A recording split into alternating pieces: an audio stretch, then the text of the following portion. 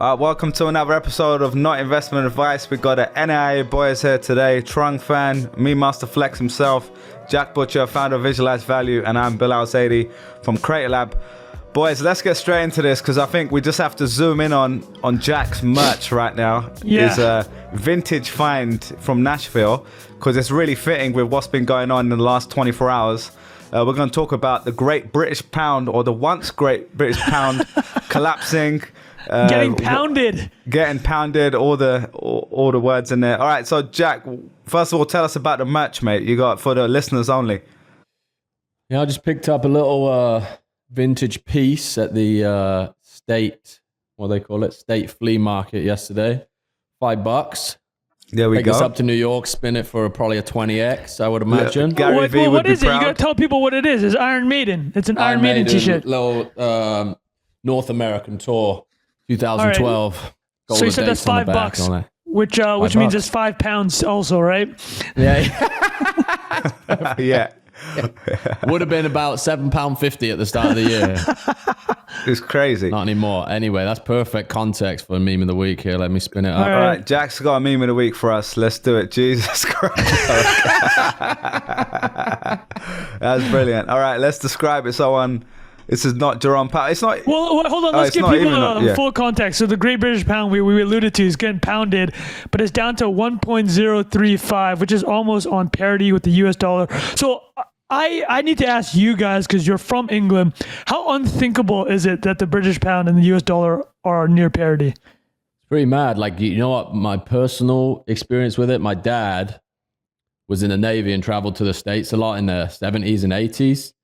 And it was, I think it was $2 to the pound back then. And over the course of, I've been here 10 years. So I think when I came, it was 1.5. Yeah. Even in the 2000s, mate, it was $2 to a pound. Because I remember coming to the States in 2000 I started the street vibes would not exist without the $2 to a pound, essentially, because I would import stuff. I would import stuff in dollars, $2 to a pound, sell it in Europe.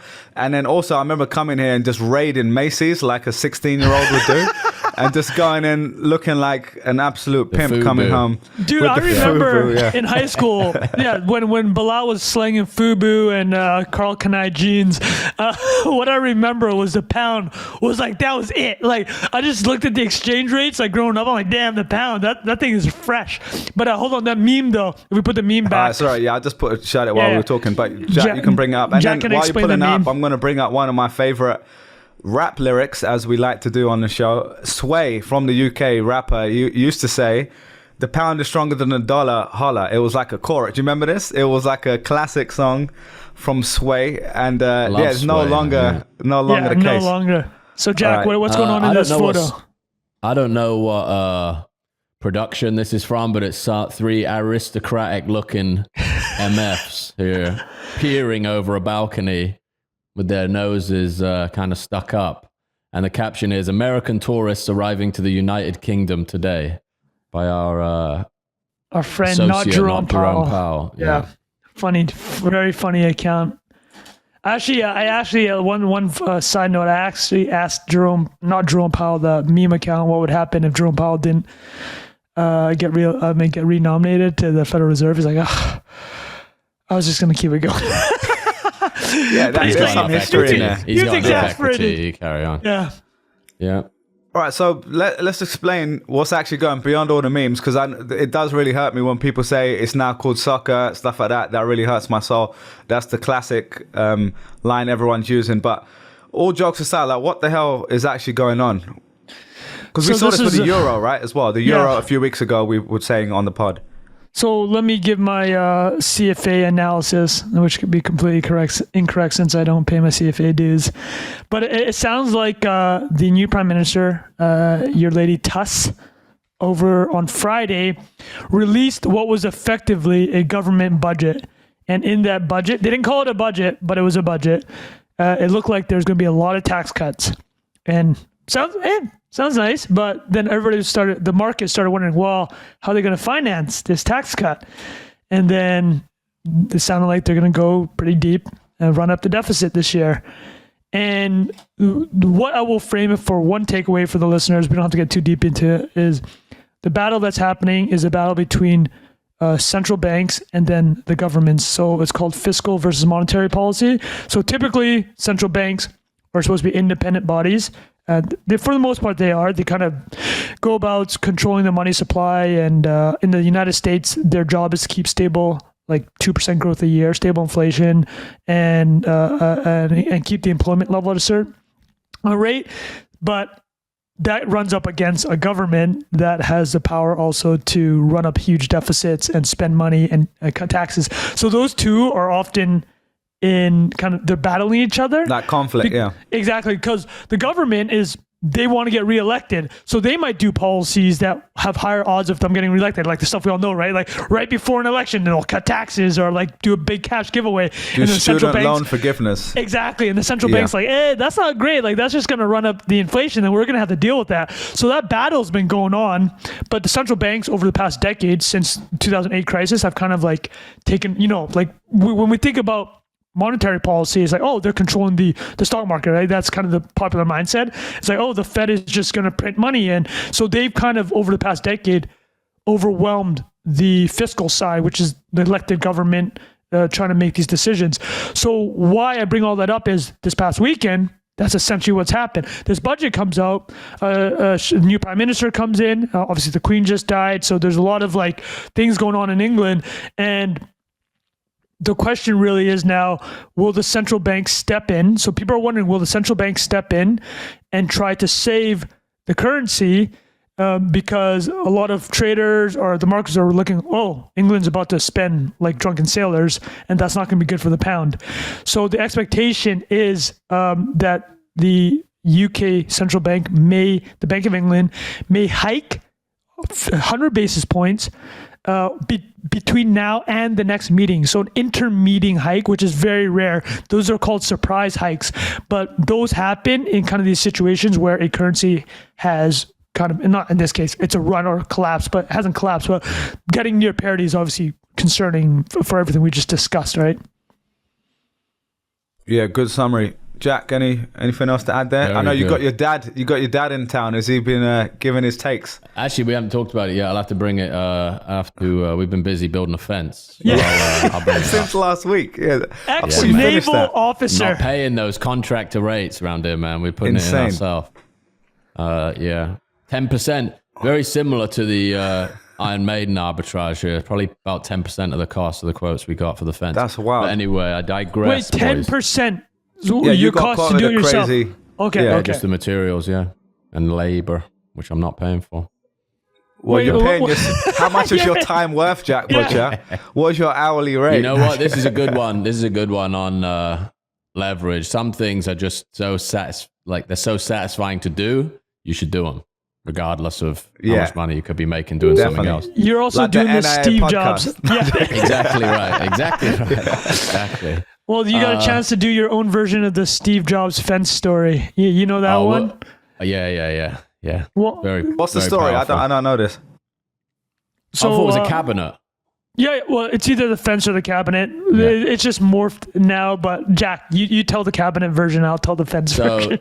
So I don't actually know how to contextualize this, but the lesson is the back of the cabinet should be as beautiful and thoughtful and as well put together as the front and the inside and everything else. Steve learned this from his father, Paul, his adopted or stepfather, Paul Jobs, who was helping either build a fence or cabinet with him. He's like, Steve, you're not done yet. You got to work on the back. So what do you mean you got to work on the back? It's like, listen, nobody else will see it, but you'll know. You will know what the back looks like. Well, you're looking at it on a fence. That's the part you do look at. Gotta be the cabinet. Yeah. Well, you're right. The neighbor sees the other side. So Jack actually just nailed it. That it definitely is the cabinet. If it's a fence, it's like both fucking sides, man. All right, sorry guys. What are we doing? Pound. Okay. Yeah, we're. Right. I was actually gonna. Trung did a perfect job of like summarizing from the technical perspective. I was the gonna CFA tech. Exactly. I was gonna share that. I was gonna bring in the Web3 and crypto as always. Just shoehorn it in there. Here we go. Yeah, that's what we do. SBF tweeted yesterday. I'm just gonna read it out instead of flicking this screen share on. He tweeted, "Would the world be thinking differently about crypto? Sorry, boy, would the world would the world thinking differently about crypto price moves if they measured it versus this is like not even written properly, but he's basically saying the world would think differently about the price of crypto if it measured it in baskets of currency versus just USD. And like, I think what this, what's happening right now with the pound is a good example of that, right? It's like a currency is like a weird proxy for the strength of an economy. And I don't know enough about the nuances of the UK economy to understand the position it'll be in 10, 20 years. But obviously you just look at it as the fundamentals, like a Buffett-like investment decision. What they announced on Friday would lead to a much longer runway to pay back the debt they're creating. They're going to, it's very hard to create a surplus from the position they're in. So why would you invest money in a company in that way? So I think you could just use that as like a really simple. Well, I think actually when you're telling me the SPF thing, the thing that came to my mind is like, well, listen, everybody's getting clapped versus the US dollar, right? It's like, of course, Bitcoin and Ethereum look like shit. But so you guys mentioned is the pound down 25% this year? It's unthinkable. Somewhere close to that, yeah. Crazy. Versus the dollar. Have you guys heard of this, the dollar milkshake theory? I feel like is it similar to the Big Mac theory, where if you go around the world, everything you can judge currencies by how much Big Mac is? The parity thing. No, this is someone sent this to me who listens to the pod, a friend of mine, and it basically is a theory about the US dollar and what's happening right now. So I'll just read out this quick passage. It says the dollar milkshake theory is the idea that the US dollar is weakening, but at the same time, all other fiat currencies are weakening more. And because the dollar is the bedrock of the global economy, meaning USD is used to buy anything worldwide, it will kill all other currencies before itself implodes. It's like a milkshake. When you mix all the other currencies together, the dollar is the only thing it's like left the standing. banana. It's like the banana when you put a banana in a smoothie. We got you. Have you seen these banana memes? Yo, let me just tell one quickly. You guys know the Tom Hanks "I'm the Captain Now" meme, like the Somali pirates going to yeah. Classic. Some dude did that where Tom Hanks is Tom Hanks is labeled as the milkshake and the Somali pirate is banana. It's like, I'm the flavor now. Look at me. I'm the flavor now. What Trung does in his spare time over here.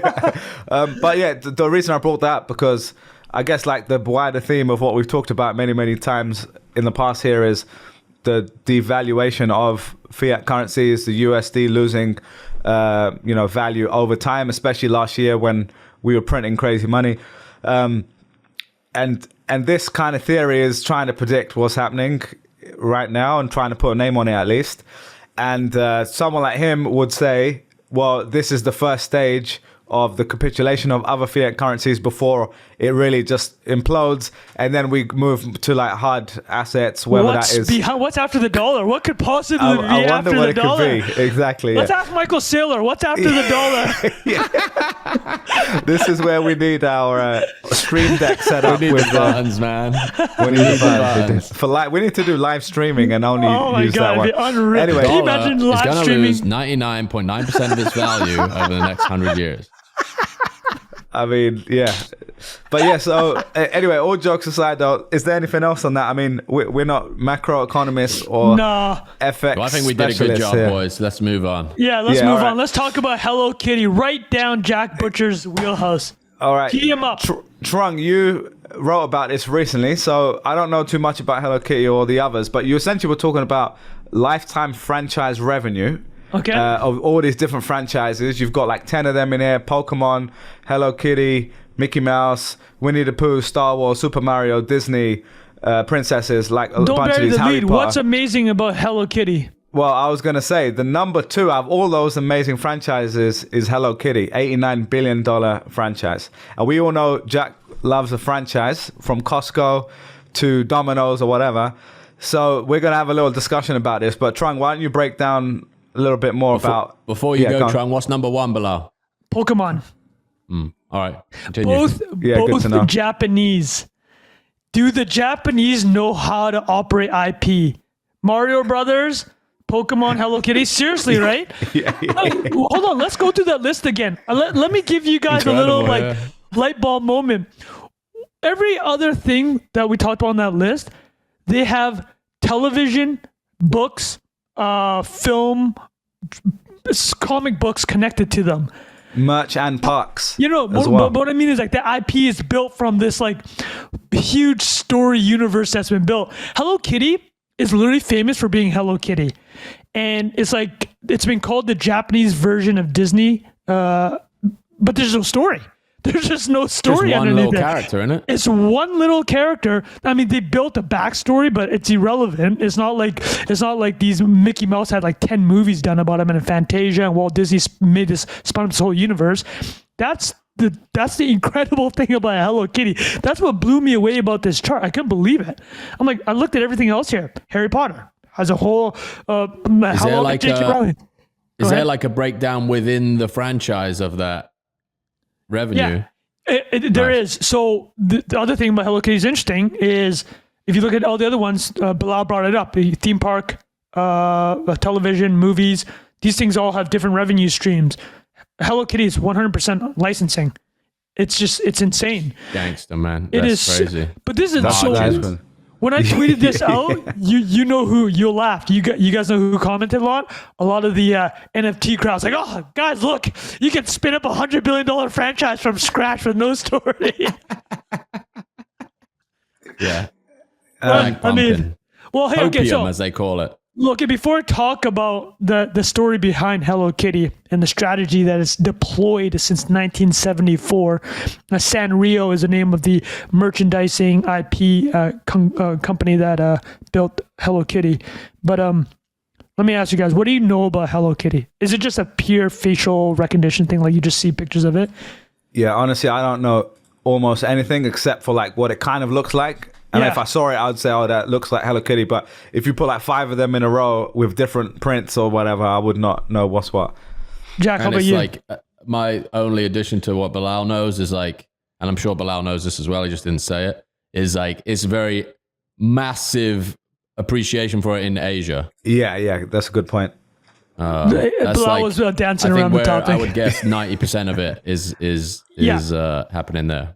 Well, your assumptions are correct. But over the past decade, it's at up to 2010. You're right. Over the past decade, the North America and Europe has actually become bigger markets, and we'll talk about how, which is insane to think about. Cool. That is wild, yeah. So, a little bit of background on Hello Kitty. First of all, it's not even a cat. That's how insane is that? It's not a cat. So I found that out. That blew my mind. That blew my socks. Is it like when you found out Santa Claus didn't exist? Yeah. I was like, damn, this isn't a cat. So here it is for according to who? The Sanrio. It's not a cat. Oh, wow. So a couple of things for people that don't know Hello Kitty.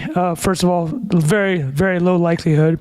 But it's like, it looks like a cat. There's whiskers. There's no mouth. Looks exactly like an NFT collection. Yeah, it looks exactly like exactly right. So the face is interesting. The face was designed to be very unintimidating. So like the first Mickey Mouse face was actually very intimidating, and Walt Disney had to redo it. But if you look here, the eyes are far apart. There's no mouth, so no teeth or fangs to scare you, and it's almost expressionless, which makes it the perfect canvas for you to express yourself on it. Like that's kind of the thought, right? I think that's what Jack would appreciate. Well, Jack, what do you think about that? The design is just so simple, right? It's epically simple, yeah. And like you say, you can customize a load of it, but it's got like the silhouette, even without any of the features, has like an iconic quality to it too. Same way like Mickey Mouse ears, you don't even need to see the features of the face to understand that's Mickey Mouse. And like, I'm trying to think of anything that's gotten close to that. Maybe the Pikachu is a good example of like another like, but it's not even that simple, right? Thing. This is literally just a circle. What do you think of like the Jordan logo? Yeah. Or I don't know if that counts as just like a brand logo versus another silhouette. But anyway, let me start walking through the story behind Hello Kitty, and I'll just do pit stops for you guys to comment because I think you'll appreciate it. So the company is named Sanrio. Sanrio, the word san means rivers in Japanese. Oh, no, sorry. San means 3. River means, Rio means river in Spanish. Is it Spanish? Anyways, the idea was that this company was going to combine the 3 great rivers of the world and make it a very global brand. So the way it started, and Jack Butcher will appreciate this, the company started just like as a like a seaside gift shop. Like you're just selling trinkets, right? And then the founder, his name is Shintaro Tsuji. One day he was trying to sell sandals at the beach. It wasn't selling very well. So he literally just put like a flower on the sandal, like drew a flower or like put some flour on the sandal and just sold like hotcakes. And then his realization is like, oh, like people just want a little bit of branding, like something to attach themselves to, right? And the flower, from there, his company, the entire purpose of his company was to spin off random characters, ideas, and images and to see which one hit. So this is very interesting. In North American society, in Western corporate society, it's very usual for people to have like, Bilal, you've actually probably done this. Have you done a market research where you brought in people to... like a focus group? Yeah. Have you done that? Yeah, kind of. I was actually in a focus group once, and I've not really done it actually myself I might have been there while someone else is doing it, but like listening in. How were you in the focus group? So what is it like to just add, they're like, here are some things we're looking at, and then you rate it? I literally did it as a student. It was like a little side hustle. So I would... Because you get paid to do it, right? You get paid to do it. You get paid quite a lot of money. It was like a few £100 for like an hour or something. So about $100 now. Yeah, exactly. So yeah, I did a few campaign focus groups as well. Okay, so like, can you guys tell us what is the approach when you're doing a focus group? Well, one thing I would caveat before this is like I never really bought into the outcome of the focus group because nobody's spending any money. They're just sitting there pontificating bullshit most of the time. And like depends on who's around you as to what you're comfortable saying and all that kind of stuff. Revealed preferences. But, yeah, exactly. The idea is you would show somebody a line or play them an ad or show them a website or just get them to use something. And then individually interview them. They score stuff on like these qualitative measures. And if you're doing like UX focus groups and stuff like that, you can actually get feedback where you say like, perform this action on this application. And if they do it in this amount of time, you get real data. But some of the like campaign stuff is kind of like politics is another good example of where they use it, right? There was a really good like dramatization of the Brexit stuff. What was that guy's name? The political strategist that wrote the ad or wrote the line for Brexit, and they go through all of the like focus group stuff there. There's also some good sitcom focus groups. You guys ever watch The Thick of It? There's some good stuff. Sounds very British. It's classic. It's good. Yeah, it's a quality show. Jack, just to add to the UX one, I did one where you would do like UX. They'll say like go through this checkout or whatever. This was in person, and they would be tracking your eyes too. I had to like sign off on that so they could see where you're looking on the screen.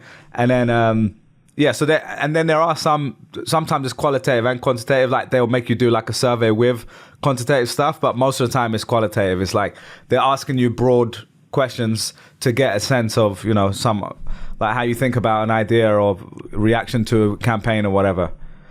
Yeah, I don't know what you're going to say next, Strong, but like I wonder, some of these things feel like they just tapped into something, like they just designed something that like people innately love and appreciate, and it just it's like an amazing meme, basically. I'm so happy you said that because it's exactly part of Tsuji, the founder of Sanrio's entire approach. So the reason I brought all that up is everything you guys described about these focus groups, very top down, right? It's like, hey, we're Corporation X. We're going to spend $100 million to produce this product, and we don't actually know if it's going to work, so we'll put it in focus group and see it goes out. The Japanese approach is spray and pray. They just launch products, right? It's exactly like you said, Jack. It's we actually talked about this. I can't remember where it was. We were talking about you put a lot of ideas out. We were talking about the Minions film and how it went viral. We were like, you're just kind of putting out all these different memes, see which one hits. But like Tsuji with Sanrio was doing this from a product perspective. He was like putting out all these really affordable trinkets and just seeing which one hit in the market. And apparently it's a very Japanese approach where instead of doing market research, they're just like, let's just throw it out there, and whatever hits, we're gonna ride it so hard. And that's Hello Kitty is a perfect example of it. They have 20,000 products Sanrio today, like separate from Hello Kitty, just like trinkets of like every single Sorry, what the equivalent of one Hello Kitty like franchise? Yeah, they have all these brands and like things or small things that not all of them have like a character connected to them, but they have. That's how many products they have every year. Sanrio, even now, churns through 600 products, like or 1,000. Like they'll launch 1,000 products into the market, and like they'll just churn right through them and be like, oh, none of those hit. And just on to the next thing. Yeah, I'm looking at the characters now. There's not another single one on here I've heard on of. the Not same that level, on the right? market, but Yeah. like I have no idea of any of these. Well, other actually, ones. you know what you might know? Oh, sorry, Trunk, guys. I was going to ask one thing real quick. Just to reiterate though, like we said the numbers early on, this is like more than twice the size of the Harry Potter franchise, right? In revenue. Okay. So that includes Harry Potter's like films and everything. Yeah. Theme park. That's so now, wild. Yeah, they sell multi-billion. They sell 2, 3, 4, 5. I can't remember what the number was. That's why, because I looked at different sources for different years. But I've heard anywhere between 1 to 5 billion a year still in Hello Kitty sales, just Hello Kitty.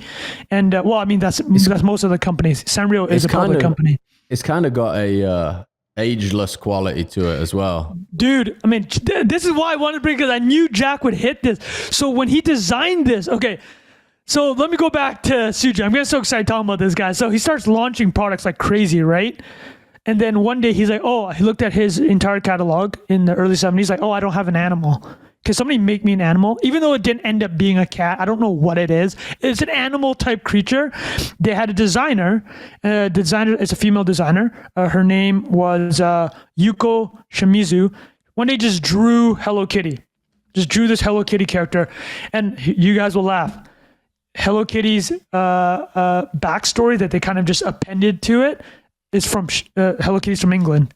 And it's because in the 70s, British culture was huge in Japan. Paddington Bear life. Yeah, the Paddington Bear life. Exactly. It was the Paddington Bear influence. All jokes aside, why is that, do you reckon? It's just, I know things become popular for different reasons, but do you have any idea, like historically? I feel like the Beatles might be involved. Got it. Yeah, Beatles were huge, and then they got attracted to that culture because of it. But it was the character's name is Kitty White. That's why it's Hello Kitty, but it's not actually a cat. So that's hilarious. Kitty White from England, they drew this character. The first product they sold was a coin purse. And a couple of things that, I want to directly address what Jack said, which makes it so genius. It has this kind of ageless, timeless feature to it, right? And that was exactly the strategy when they developed the character, because they wanted to be able to capture people as they went through their entire lives. So when you're a kid, it's like it's in a genre called kawaii, which means cute. It's like a cute product, but like it's cute when you're young, but then they sell a bunch of products for 20, 30, 40 year olds. Like they, for example, have collaborations today with LVMH and Sephora. So now it's cool. So it's gone from cute to cool. And then when you're in your 40s, 50s, they play purely in the nostalgia playbook. And it's to Jack's exact point. It's a timeless, ageless kind of a look, and they can sell to people throughout their entire lives. Like they thought about this, which to me just blows my mind. Incredible. And I bet you there's a similar story there with the, the Nike swoosh, to the lore of that. Like someone got paid $50 to draw the Nike swoosh, and it made Nike I wouldn't say it's made it what it is, but it's definitely probably top 5 most recognizable symbols in the world, and the person that drew it did not get the recognition for drawing that thing that, consummate with the economic value that has been created not around even it. close, right? Was that like a freelance? I remember reading it in Shoe Dog, but I've forgotten. Yeah, a student in Oregon, I think. Yeah. Crazy. Mental. Incredible. Yeah, it's unreal. So the artist here, to Jack's point, $90 billion in lifetime revenues. Just how they thought about this. Again, but Jack, you mentioned it. It's not like they thought about the full 360. They're like, okay, we think these might work, but it hit, and this meme virality just completely took off on it. But this is the genius, though, of Shintaro Tsuji. He goes, once you have success, all I care about is managing the brand. And he's like, if you blow it up too fast, it's like a balloon. You put in too much air, it's going to explode. So like they managed it just so well, right? It's like, we're going to start licensing it here. We have, and their rules for licensing, cool. They're very smart. It's like, you mentioned earlier, I think it's very popular in Asia. You're right. But in the past decade, they've really gone global, and their big move globally is they allow the local licensees, they have very loose licensee requirements. They're just like, keep the face this way, but do whatever you want with it otherwise, because they want the localization effect. A CCO, original CCO. Close to it. So Jack, you're hearing all this. How much does this sound Like you're like, oh, this playbook, obviously maybe not necessarily replicable, but people clearly can learn from it. Yeah, I think the idealist take on it is with the ability to produce a symbol that does go on to have that much virality and like global exposure. If you're able to have a digital signature accompany that from this point forward, then maybe you capture a massive amount more value. Another like example of this is Pepe the Frog. You know, Pepe the Frog. Everyone should watch. I think it's called Feels Good Man. It's an HBO documentary about how that symbol got like hijacked by 4chan and like used in all like a lot of horrendous contexts. But someone wrote the other day that Pepe the Frog is a Mickey Mouse of the internet. So what you're seeing in like NFT culture is people using that symbol to create new artwork, and the like original pieces that were created by Matt Fury, the guy that drew him originally, will continue to appreciate in value as a function of people spreading the meme. And the one thing that's different in NFTs versus like a Hello Kitty thing is they're digitally native from day one. I think Hello Kitty could probably have success if they did some digital stuff, but it's not like the DNA of the thing, not where the brand started out. So that's one thing I think it would change. And then I don't know, the physical expression that's like baked into Hello Kitty feels like a very powerful component of all of this too. And I actually have I worked at a company in New York that was like big licensing. They were, what would you call it? It's like an apparel company, and they had like deals with Reebok. They worked with Walmart to do like all the like socks and what IP did they stuff. own though? What IP did they own to license? Nothing.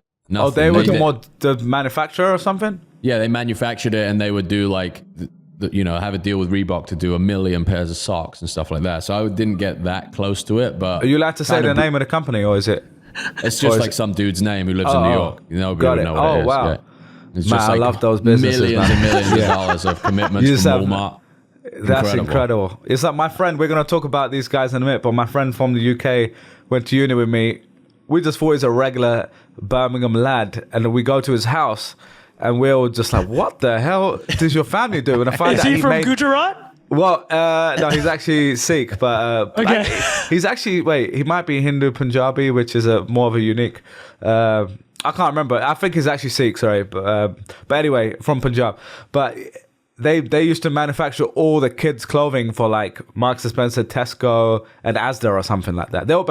It was like like Tesco and Asda, which are big like supermarkets in the UK, which is obviously not like high end, but just imagine a scale. And then Marks & Spencer, which maybe Marks & Spencer wasn't the thing actually. Maybe it was more like the cheaper brands. But man, that sort of business, no one's ever heard of you, but you've just got absolute crazy scale. It's amazing. What's do you know any like details of the economics of a individual licensing deal, roughly, like what they have to send back? Or is it a per unit thing? Or sometimes I guess they all differ a lot, but is there anything written about that? Are you saying for Hello Kitty, or are you talking about the kids? I'm asking Trung, like in your research, did you see anything that was like, I didn't get the how they pay? I didn't get the number. That's a great question. I mean, what are the options though? Probably just a royalty kickback or the one-time licensing fee or combination. Yeah. I was going to ask Trung, see that. Similar to that question, like out of those top 10, you were saying Hello Kitty is unique for all the things you described, but also because it's all come from licensing, right? But all of the others do some form of licensing too, I'm assuming. And honestly, they do a lot of and to your point, like Star Wars, half of its money's from toys, right? That's what I was going to ask, like the proportion of this. Is this like Hello Kitty is like 98% like licensing and the others are like 50-20? Do you have any idea on the breakdown? I think on your point, I think the licensing is the majority for the other ones also, which makes sense, right? Because licensing is you're letting it out in the wild and then you're just getting paid to do, like, let's take Pokemon, for example. Its gaming revenue is a fraction of of the full package, right? I mean, here, I'll pull it up right now. Lifetime franchise wiki, and the things is that yeah. I love the things you find, bro. This is amazing. All right, So, why are you pulling it up? Go on. While he's pulling it up, I was going to do a little plug for the nouns.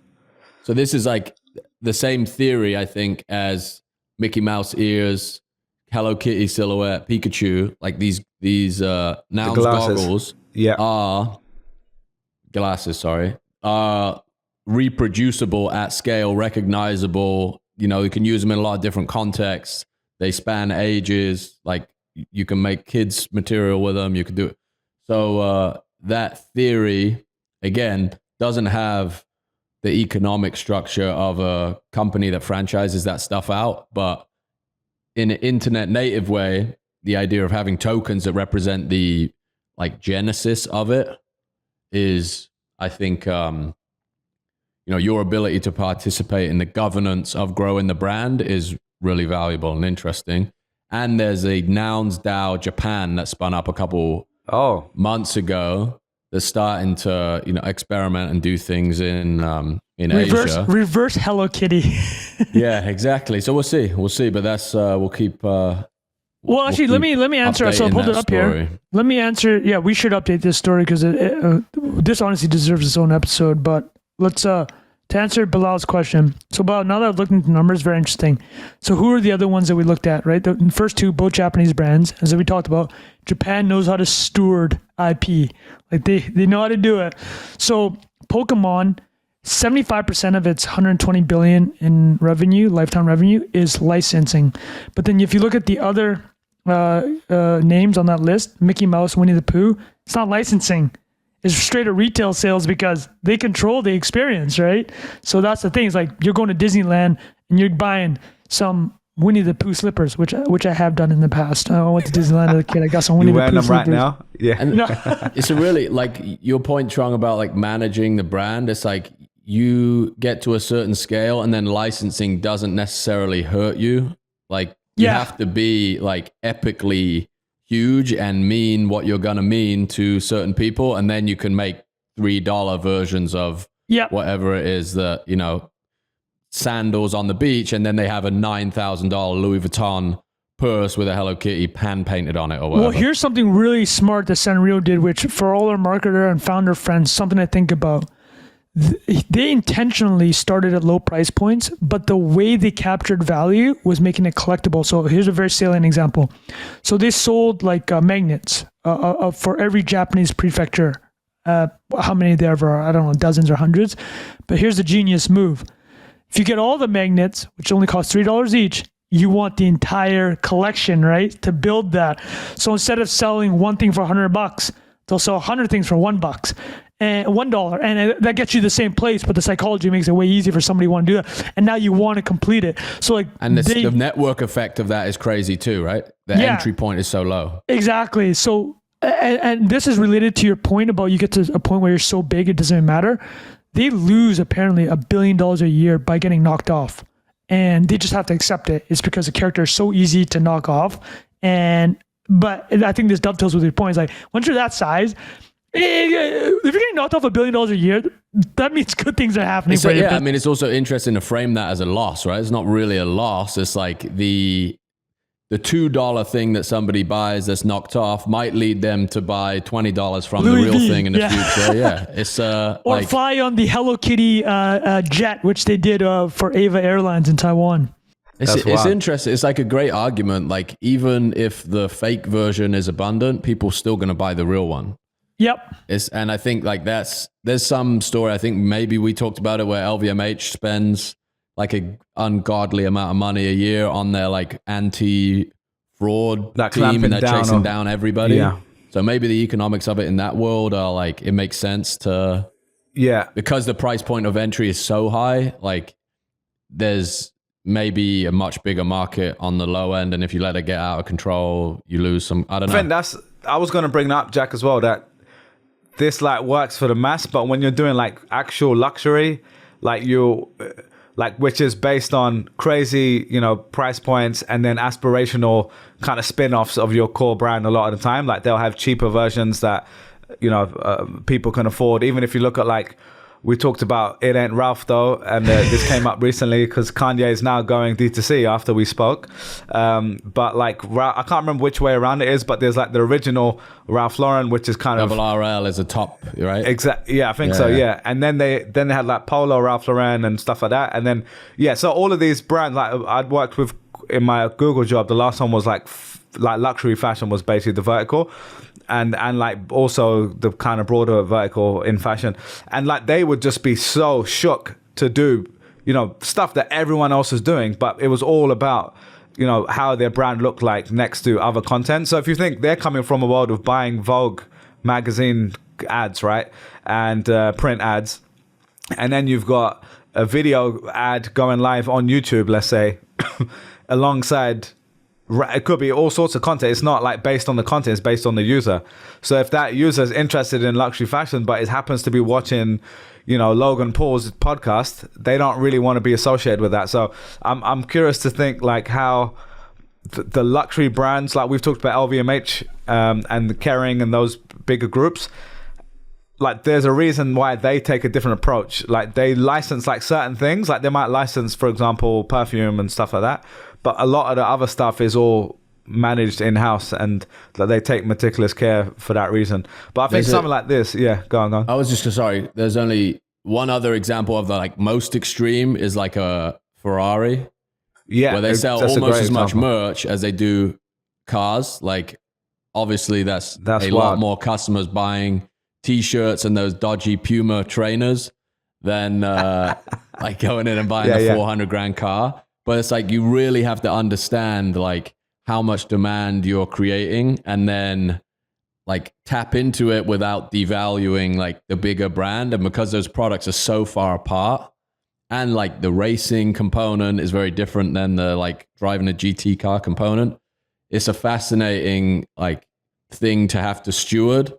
And almost I think there has to be some size. It's like too big to fail kind of situation where there can be like really dodgy executions of merchandise, but the idea is so strong and beloved and like viral that it's not going to dilute anything past a certain point, as long as you keep innovating and making beautiful, interesting stuff yourself.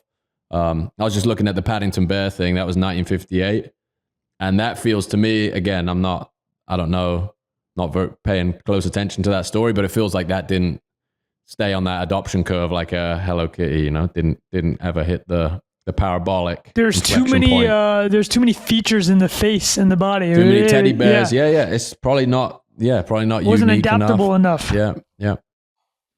That's brilliant. All right, Good trying chat, anything boys. else on that? Yeah, really interesting. I think it kind of overlaps with a lot of the stuff we talk about with NFTs. And kind of evolving from like what's worked for decades, but like the CCO example with your Nouns glasses is a good one. And also for people who are OGs of NIA Pod, if you remember the Cryptodes was designed by, is it Gremlin or whatever, same artist who and they used the Nouns glasses in a lot of those NFTs. So, and they would be priced more on a premium side. That's quite an interesting example. All right, should we finish up with Gautam Adani? I don't know if I'm saying his name correctly, but Indian dude who's now richer than Jeff Bezos. So pretty cool. Oh, mental! Dude, I didn't know that. Big milestone. Well, let me throw this number 2 now, Trung? Number 2, yeah. After Elon. He's got quite a ways to go to catch up to our boy Elon. But here, check out this chart, guys.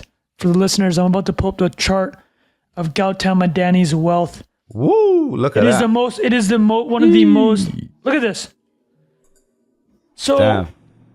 It's literally parabolic. For the listeners, it's literally parabolic. It's from 2020. Is that? He was worth $10 billion in January. In January 2020, he was worth $10 billion. Nothing to sneeze at, obviously. But look at this. He's added $130 billion to his wealth in 2 years. So now you're probably wondering, how did he do it? I got you covered. So, so Get your notepads ready. I got your notepads ready. Did a big piece on it for my newsletter, but I'll just give you the high level points. So let's just list through the top 10 richest people in the world. Elon, 245. Gautam Adani, 142. So he's up 65 this year. He's the only one in the top 10 that's up this year. Everybody else is down double digits. That's crazy, yeah. Yeah. So Bezos, then Arnault, Bill Gates, Buffett, Page, Brin, Mukesh Ambani, who's also an Indian tycoon from the state of Gujarat, and then Steve Ballmer. So a couple of things. So Steve Ballmer just still posted up. That's dude, incredible. Unreal. Hey, Ballmer. What a legend. Employee number 30 at Microsoft joins with zero equity, 10th richest person in the world. That's wild. What a legend. So we definitely got to do a Ballmer appreciation episode or hate, appreciation and hate. You know, we do both sides of the coin. Yeah. So I knew nothing about Gautam Adani up until literally a week ago. Have you guys even heard of this guy? Just in the last week. Yeah, it is the most outrageous. Like, do you guys remember a couple years ago a Brazilian guy named Batista? He kind of rocketed. You guys remember that guy? He was also in the he was in the energy industry, which is the majority of Adani's empire now. So let me just set the context. India, obviously, super fast growing country, billion plus people. It'll have the largest population by this time next year. I think 1.4 billion, more than China. Its demographics very young, English speaking.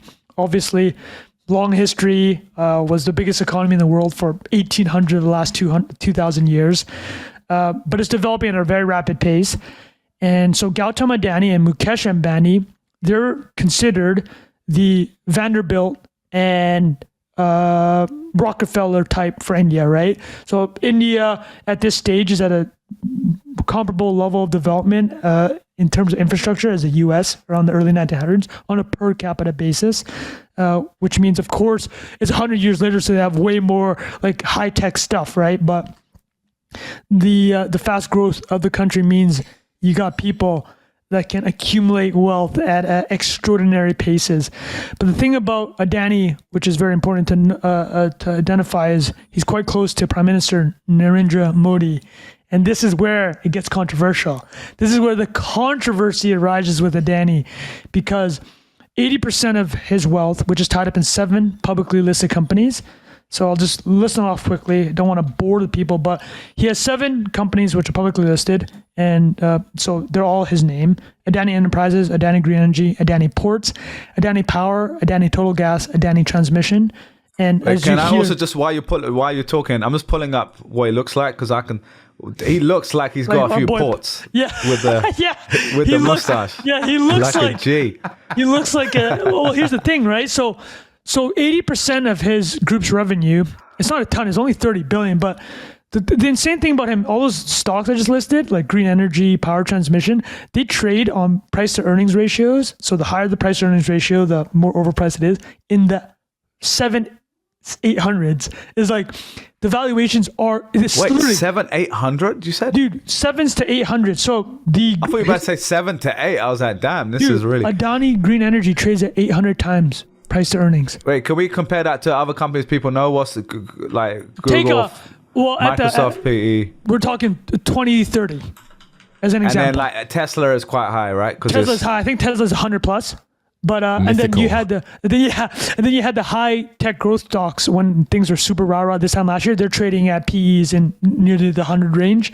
But this is 6-7 times more than that. Yes. Than that. So it's insane, right? And people are like, has he got some like 1,000-year contracts or something? Is that why? Well, it's like this goes back to the Modi thing. It's like essentially people are betting it's not even wrong, right? It's like the Narendra Modi is like, I want to have a green economy like everybody does. So Adani's like, okay, I'll spend $70 trillion on green tech, hydrogen, solar, wind over the next decade. And then they're like, okay, well, you also have to power the country for 1.4 billion people. Who are you going to go to? You need somebody that has a track record of building infrastructure, which Adani does, and that's close to the government, which Adani is. Monopoly. Yeah, it's exactly right. So he has a monopoly on power, literally energy, and on power. And I'll just quickly talk about his background. It's not, we don't have to go too deep into it, but he was born in Gujarat. So I'll show this photo. So so we can get into actually Gujaratis to finish off this chat. But so let me tell you guys why Gujarat is the state that's most known for creating entrepreneurs in India. I think you'll appreciate this. This is fun fact fan time. Here we go. Gujarat is the westernmost state in India. So you guys see it here. For listeners, I have the map pulled out. And funnily enough, it's on a corner. Sorry, I can say these because a lot of them in the UK anyway. There's a lot of Gujaratis own like corner shops and little supermarkets and stuff. Well, you're allowed to say it. They own. How about this stat? They own 1/3 of all motels in the United States. That's wow. That's How's that? mental. How wild Wow. is that? So the state of From that Gujarat, state. in the United States, Wow. all from that state. So I'm just going to list off some crazy things about Gujarat. I think Gujarat's more interesting probably to listeners than the Adani story. So Gujarat, why is it such a hotbed for entrepreneurship? It has the longest coastline of any state in India, 1,600 kilometers. So it's just been a place of trade for hundreds of years. This is a very interesting fact. When Persians invaded India, they took over the area in Gujarat. A lot of Indians converted to Islam. And Hindus, which primarily in India, were not allowed to cross the sea at that time. There's a restriction on crossing the sea. But as they converted to Islam and became Muslims, they were allowed to trade. Oh, damn. So, yeah, so historically, we're talking geographically, it makes sense, and then the religious influence. And then over the last 400 or 500 years, Gujarat has just become a place where entrepreneurship has taken over. This is particularly insane. They went to Africa, a lot of Gujaratis. At one point in Uganda, they were only 100,000 of a population of 8 million. So less than like a 0.01% of the population. They were accounted for a quarter of their GDP, just their businesses. So that's insane. Yeah, so Like 300. yeah, it's like 300. It's like 300 for commerce. But before we talk about Adani a little bit more, let me toss it to you guys. Tell me about the Gujarat reputation in the UK for commerce. Bilal. Yeah, I don't know if Jack wants to get cancelled, but yeah, no. As I was saying before, I think like a lot of my closest friends growing up, like this guy Hitesh who's listening to this, I think his dad was a tailor. My other friend Jay Patel, his dad owned the cost cutters and like opened a few of them. And like basically every Gujarati person I know at school, like most of them had some sort of business. Like it wouldn't always be like, crushing it, but like whether it's like a corner store or whatever. And I think a lot of it is just like cultural as well, like passed down generation from generation. Like literally, I think his surname was Taylor, Hitesh Taylor. So I could be getting this wrong, but I'm pretty sure his dad was Taylor. And I remember him, I think he told me like that's literally just we've come from a line of tailors or something like that. So there's, and then Patel, I forgot what Patel actually means, but again, half of this I don't know if it was just jokes people would be saying, but there was also a meaning around Patel which meant something to do with business owner as well.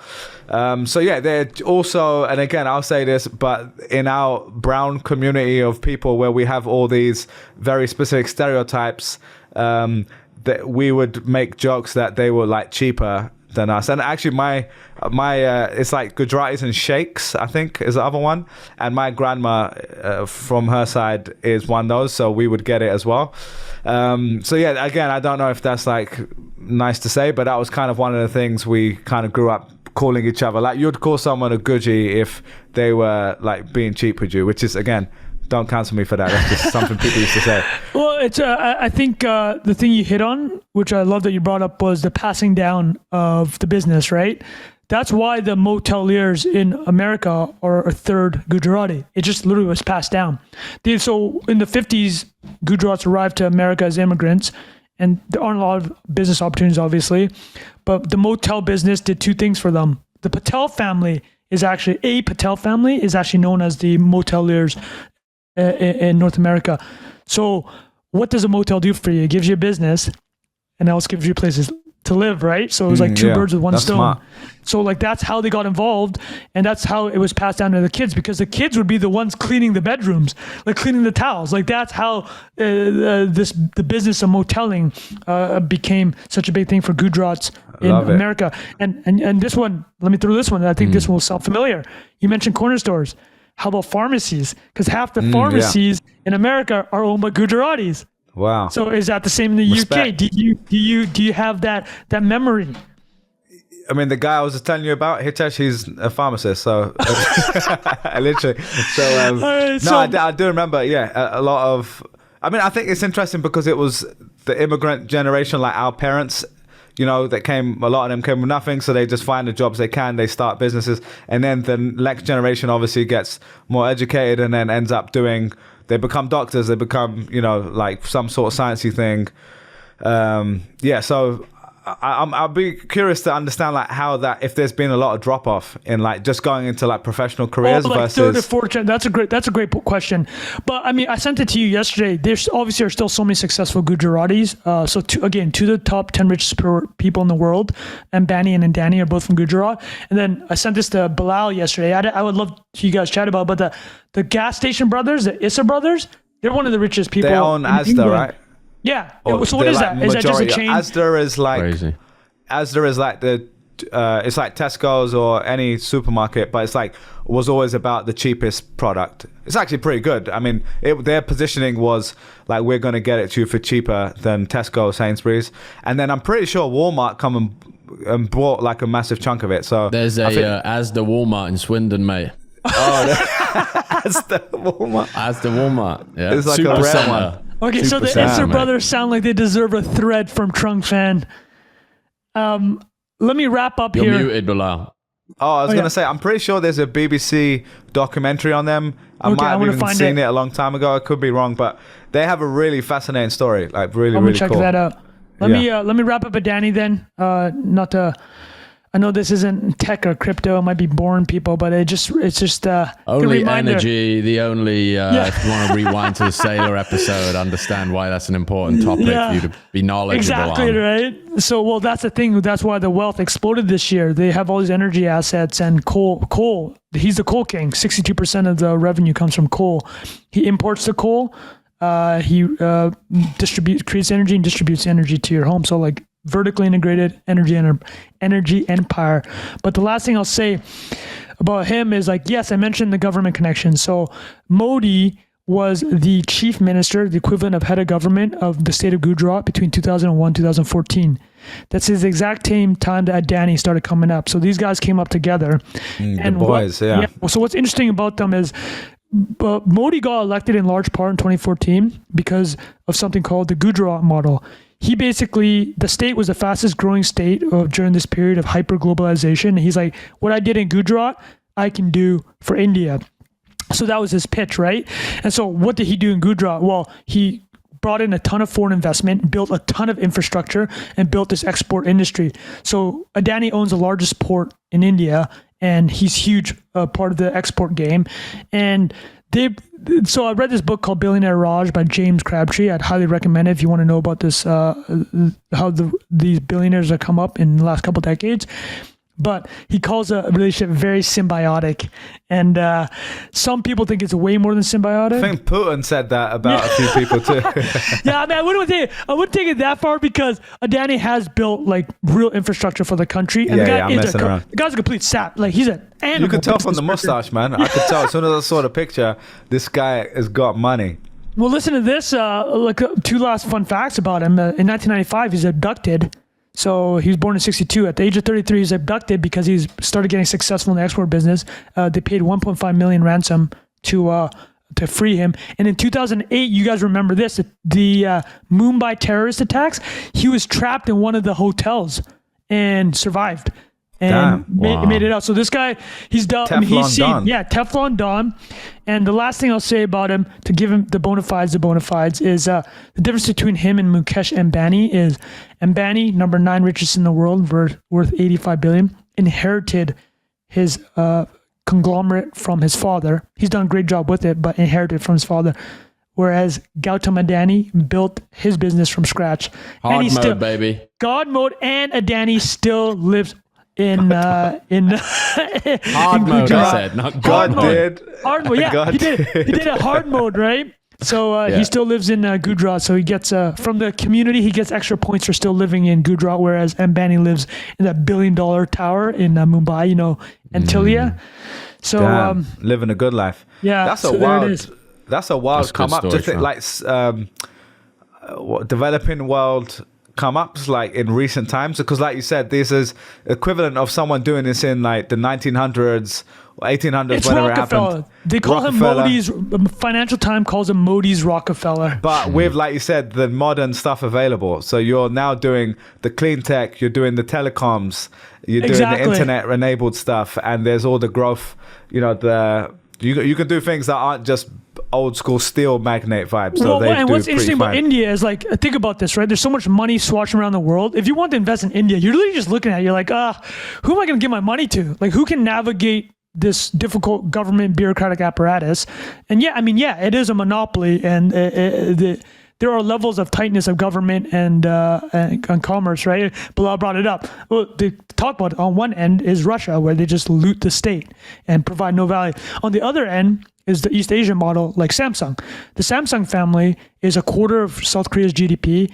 Granted, they've done a lot of shenanigans. For example, the head of Samsung went to jail for 4 years because of corruption with the head of government.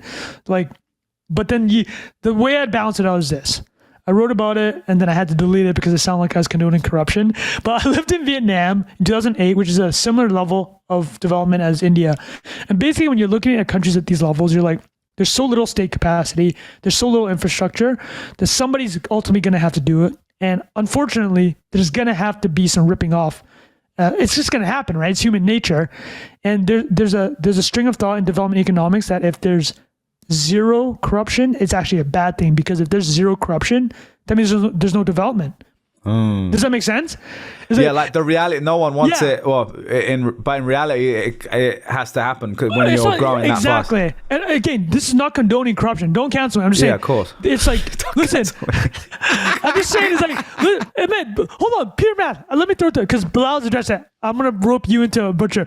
If there's zero graft or corruption, You make me say it. Yeah, it just sounds like the country's not making any money. Look, this is development economics, people. Don't cancel me. It's boring. It's no one's putting money. There's no FDI or whatever. There's They're nothing just to like, steal. we're going Right? somewhere else where we can make it. And just to show that, because I realized after I said some stuff that someone who doesn't have a sense of humor would be annoyed what I said about Gujarat, I'm gonna call out my own people too. If I type in Mr. 10% Pakistan, I'm not laughing. I don't get political, but this is was he the prime minister, the president? I can't keep up with Pakistani politics, but Mr.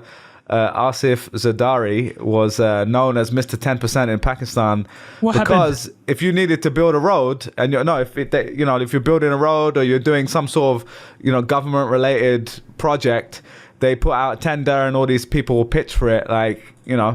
Listen, sometimes you need to make we're that just connection. realists, guys. It's just it happens. And last thing I'll say, in developing economies, when guys like Mr. 10% come around, money actually serves in some ways. It's a greasing mechanism, right? Things don't get done. You can move things on. Not condoning any of it. But the last thing I'll say is this. When Trung Phan was living in Vietnam, he was pulled over by police officers on a number of occasions. Are you talking about yourself in the third about person? myself. And you know what the police officers do? This is very well known. If you're an expat in Vietnam, you didn't want to get run through the... down. Yeah. They ask for coffee money. They literally ask for coffee money. Hey, I haven't had coffee today, is what they tell you. And you're like, oh. How many haven't cups? had coffee? Yeah, how many cups do you want? Here you go. So you literally... when I was pulled over on my scooter, I'm like, I don't want to deal with this right now. Like, let's just play the game. Well, how much coffee do you want? Okay, so I'm just saying. I'm not condoning it, but I get it. I'm just a realist here. extra large latte, plus all the ice and the milk, the special milk. All right, that was a great rundown, man. Thanks for sharing that, Trung. I appreciate you guys. Yeah, great Yeah, it was episode. I think I we do can say so myself. wrap it there. Anything else before we close out? I got to get back to digging holes, lads. All right, mate. Oh, and this time next week, your boy Trung will be in Asia, so hopefully we can squeeze out a nice little Asia episode. Yeah, we might have to do a midnight episode for Trung. Yeah. We'll figure it out. If not, me and Jack will be either way. So yeah, we will see you guys next week. Let us know what you think of this. Feel free to write a comment on YouTube. We respond to all of those. We read all of those. And obviously in Telegram too, if you're there, join us there. We appreciate all your support, and we will see you next week. Peace. Peace.